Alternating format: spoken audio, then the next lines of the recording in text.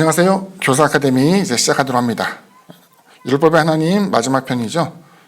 모세의 고별 설교, 율법의 복과 저주에 대한 내용을 함께 보도록 하겠습니다.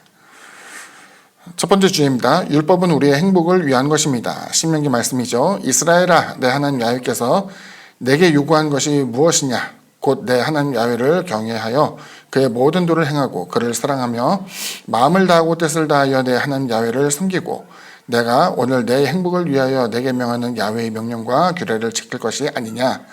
하늘과 모든 하늘의 하늘과 땅과 그 위의 만물은 본래 내 하나님 야훼께 속한 것이로되 야훼께서 오직 내 조상들을 기뻐하시고 그들을 사랑하사 그들의 후손인 너희를 만민 중에서 택하셨음이 오늘과 같으니라.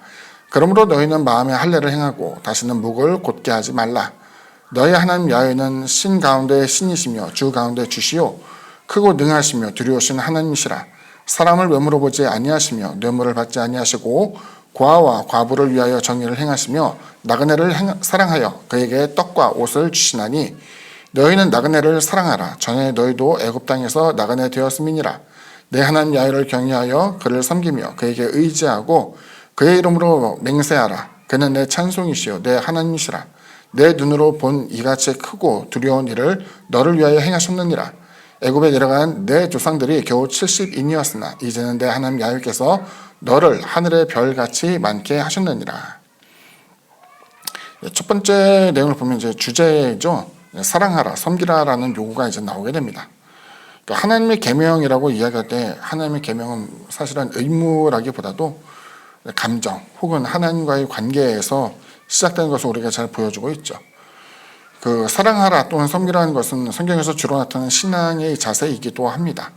그리고 하나님께서 그 민족을 택하신 것, 이것은 그들에게 분명한 복이라는 것을 우리에게 보여주고 있죠. 아브라함을 택하시고 아브라함의 자손들을 기억하시며 그에게 큰 민족을 이루겠다 약속하신 것을 실천하는 또 실현시키시는 그 하나님의 모습은 하나님과의 관계에 있어서 택함을 받은 것이 얼마나 큰 복이라는 것을 우리에게 보여주고 있죠. 그리고 여기서 보여준 것은 그 선택이 현재 지금 우리가 살아가고 있는 그와 같은 모습에서의 특별함에 있지 않고 조상들에게 관계가 되어 있으며 그것 역시도 전적인 하나님의 은혜로 주어진다는 것을 우리에게 보여주고 있습니다. 조심스러운 것은 하나님의 복은 분명 이제 조건적이라는 거예요. 조건적.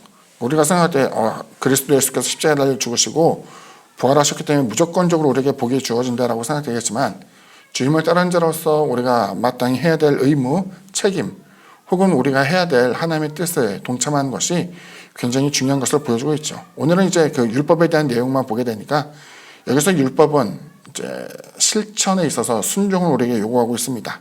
계명을 이행한 것, 율법의 요구를 따르는 것, 이것 자체가 바로 순종의 모습인 것을 보여주고 있죠. 흔히 이제 신앙이라고 이야기할 때 하나님께서는 그 신앙은 구별되어야 된다는 것을 보여주고 있는데 똑같이 생활하고 똑같이 먹고 마시면서 우리가 신앙생활 한다고 말할 수 없는 그것은 하나님의 뜻이 우리에게 주어졌기 때문에 그 같은 모습에서도 차별성 혹은 구별점이 반드시 있어야 되는 것을 보여주고 있죠. 이것이 바로 하나님께서 우리에 대한 요구에 대한 우리들이 마땅히 해야 될 반응인 것을 보여주고 있죠. 두 번째 주제입니다. 율법은 완전함을 요구합니다. 본문은 한 절이에요. 그런즉 내 하나님 야훼를 사랑하여 그가 주신 책무와 법도와 규례와 명령을 항상 지키라.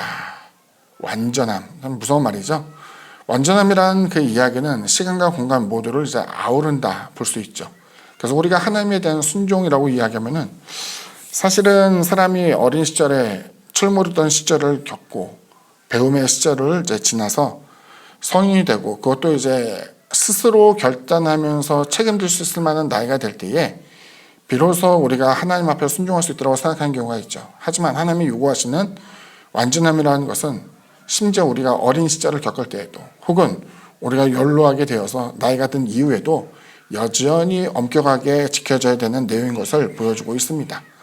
율법은 우리가 복을 얻는 조건이라고 생각하게 합니다만은 이런 측면, 즉 완전함에 대한 요구에 따라서는 결과적으로 우리가 율법을 이룰 수 없는 육신의 연약함 내지는 우리가 갖고 있는 한계를 부딪히게 되면서 결국은 이룰 수 없는 자기 자신을 이제 발견하게 되죠. 하지만 분명한 것은 그렇다고 해서 우리의 지향점이 사라진 것은 아니죠.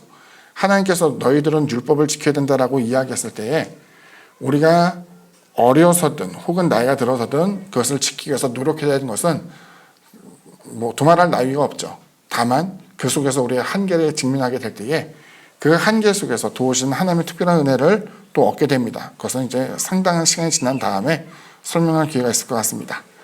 세 번째 주제입니다. 율법은 복 아니면 저주를 가져옵니다.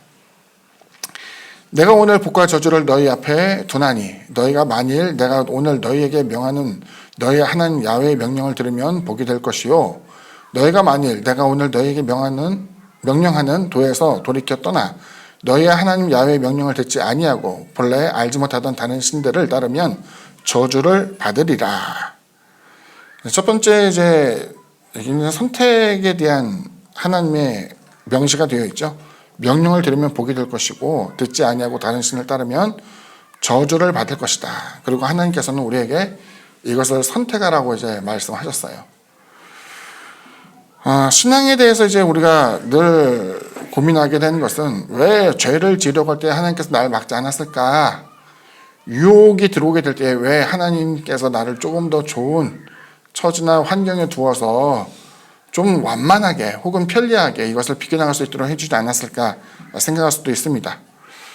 하나님의 개입을 바라면서 우리는 왜 우리를 방치한가에 대해서 하나님께 원망하기도 하고 물어보기도 하지만 결국 하나님의 복은 여러 가지 가르침을 우리가 주면서 결과적으로는 자발적인 순종을 전제로 함을 보여주고 있습니다.